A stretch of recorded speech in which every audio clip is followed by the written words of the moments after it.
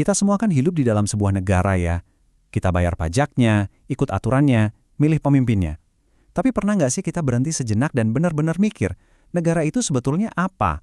Nah, hari ini kita akan coba bedah konsep yang sangat mendasar ini. Pertanyaan ini kelihatannya simpel, tapi jawabannya, wah, rumit banget. Para filsuf, pemimpin, bahkan kita sebagai warga biasa udah bergulat dengan pertanyaan ini selama ribuan tahun. Untuk coba cari jawabannya, kita mesti mundur jauh ke belakang, ke awal mula ide ini lahir. Oke, kalau kita buka kamus, definisinya ya kurang lebih begini. Sebuah organisasi yang punya kuasa paling tinggi atas orang-orang di satu wilayah. Tapi, artinya apa sih? Artinya, ada satu entitas yang bisa bikin hukum, nagih pajak, dan intinya dialah yang menentukan aturan main buat semua orang yang tinggal di dalamnya. Yang menarik, kalau kita telusuri asal katanya, kita bisa dapat petunjuk loh, dari bahasa Latin status, yang artinya sesuatu yang berdiri tegak dan kokoh, sampai bahasa Sanskerta negara yang berarti kota, semua ini nunjukin satu ide yang sama, sebuah entitas yang terorganisir dan permanen. Oke, sekarang ayo kita putar waktu dan kembali ke Yunani kuno. Disinilah, di tengah pasar yang ramai dan pilar-pilar marmer, para filsuf pertama kali zapas dengan pertanyaan besar. Bukan cuma apa itu negara, tapi buat apa negara itu ada. Buat Sokrates jawabannya tuh radikal banget pada zamannya. Negara itu, kata dia, bukan cuma alat buat penguasa memaksakan kemauan mereka. Justru sebaliknya, negara harus tunduk pada sesuatu yang lebih tinggi, keadilan. Hukum itu harus berlaku buat semua, dari raja sampai rakyat jelata. Nah, muridnya, Plato, melihatnya dari sisi yang lebih praktis. Menurut dia, negara itu muncul secara alami. Manusia kan nggak bisa hidup sendiri. Kita butuh petani, kita butuh tukang, kita butuh tentara. Jadi kita kerjasama, bagi-bagi tugas untuk bertahan hidup dan akhirnya untuk maju bersama. Lalu muridnya Plato, Aristoteles, membawa ide ini ke puncaknya. Dia melihat negara sebagai komunitas tertinggi. Tujuannya apa? Bukan sekedar buat bertahan hidup, tapi buat mencapai eudaimonia, atau gampangnya, menciptakan kondisi supaya setiap warganya bisa mencapai potensi terbaik mereka dan menjalani hidup yang paling berkualitas. Nah, di sini nih, Aristoteles ngasih kita wawasan yang tajam banget. Dia mengklasifikasikan pemerintahan dan nunjukin kalau setiap bentuk yang baik itu punya sisi gelapnya, bisa jadi korup. Monarki yang ideal bisa jadi tirani yang kejam.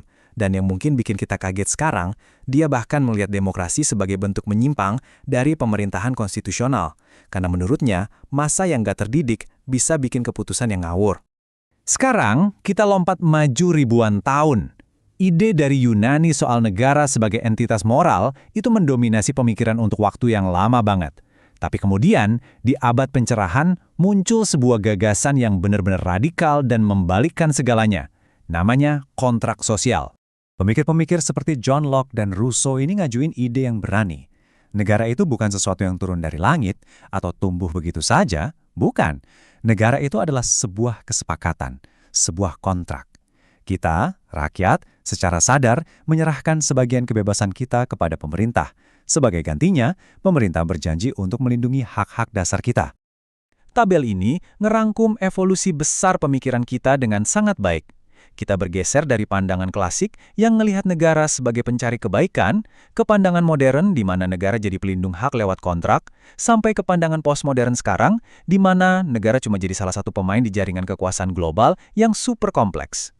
Nah, begitu ide tentang kontrak ini muncul, langsung deh kebuka banyak banget cara baru untuk mendefinisikan negara. Obrolannya bergeser, bukan lagi soal kebaikan, tapi soal kekuasaan. Siapa yang pegang kuasa? Dan gimana mereka pakainya. Sosiolog Max Weber ngasih definisi yang mungkin paling terkenal dan paling to the point. Intinya, kata dia, negara itu adalah satu-satunya pihak yang boleh pakai kekerasan secara sah. Coba dipikirin, cuma polisi yang boleh nangkap orang dan cuma tentara yang boleh berperang secara legal. Itulah inti dari kekuasaan negara. Beda lagi sama Logeman. Dia ngelihatnya dari sudut pandang yang lain. Buat dia, negara itu adalah organisasi yang tugasnya mengambil sekelompok orang yang beda-beda dan mencetak mereka menjadi satu bangsa. Ini soal menciptakan identitas bareng lewat bendera, bahasa, dan sejarah yang sama. Terus ada pandangan yang super praktis dari Soleo. Dia ngelihat negara itu kayak semacam manajer masyarakat. Tugasnya yang ngurusin masalah-masalah bersama yang nggak mungkin kita selesaikan sendiri-sendiri, kayak bangun jalan, nyediain air bersih, atau ngatur lalu lintas.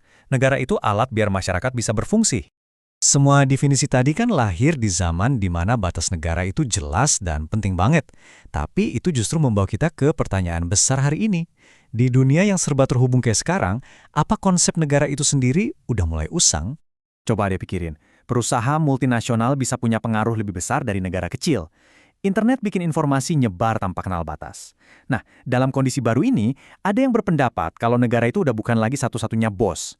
Kekuasaan sekarang tersebar di banyak pemain. Ada korporasi, organisasi internasional, bahkan gerakan di media sosial. Oke. Setelah dengar semua teori yang rumit ini, mungkin Anda bertanya, terus pentingnya buat saya apa? Kenapa sih kita perlu repot-repot belajar sesuatu yang abstrak banget kayak negara? Nah, jawabannya ada di sebuah bidang studi yang disebut ilmu negara. Tujuannya bukan cuma buat ngasih definisi, tapi buat membongkar mesin negara itu sendiri. Buat ngerti dari mana kekuasaannya datang, gimana kekuasaan itu dipakai, dan apa tujuan akhirnya. Dan ini poin kuncinya. Ilmu negara itu beda sama belajar hukum tata negara Indonesia misalnya. Belajar hukum itu ibarat kita mempelajari aturan spesifik dari satu gedung. Tapi ilmu negara itu seperti mempelajari cetak birunya, prinsip-prinsip universal yang bisa dipakai untuk membangun semua gedung, dimanapun itu. Jadi kita udah melakukan perjalanan panjang selama 2.500 tahun.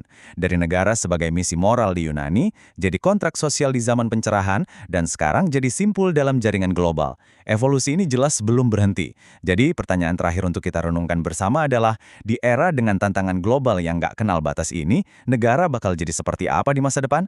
Jawabannya sedang ditulis saat ini oleh kita semua.